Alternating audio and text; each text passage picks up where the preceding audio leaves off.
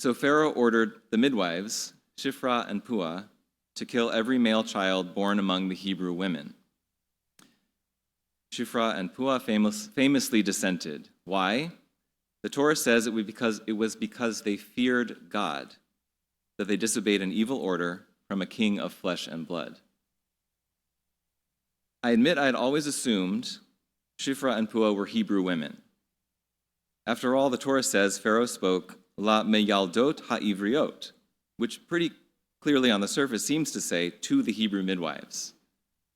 But there is a tradition going back 2,000 years that reads this phrase as those midwifing to the Hebrew women, and therefore identifies Shiphrah and Puah as Egyptian women.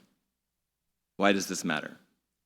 The sages who hold this view argue, I think persuasively, that calling the midwives God-fearing is more interesting and indeed only makes sense if they're Egyptian, not Hebrew. One commentator even asks, if the midwives were Hebrews, why bother to mention that they were God-fearing? Surely they would have acted to save their own people.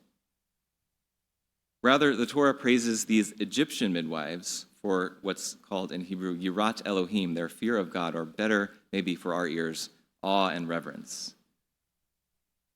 The Torah wants to remind us of our obligations as human beings.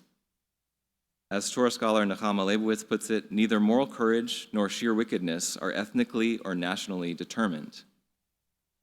That's the lesson of this first pair of midwives.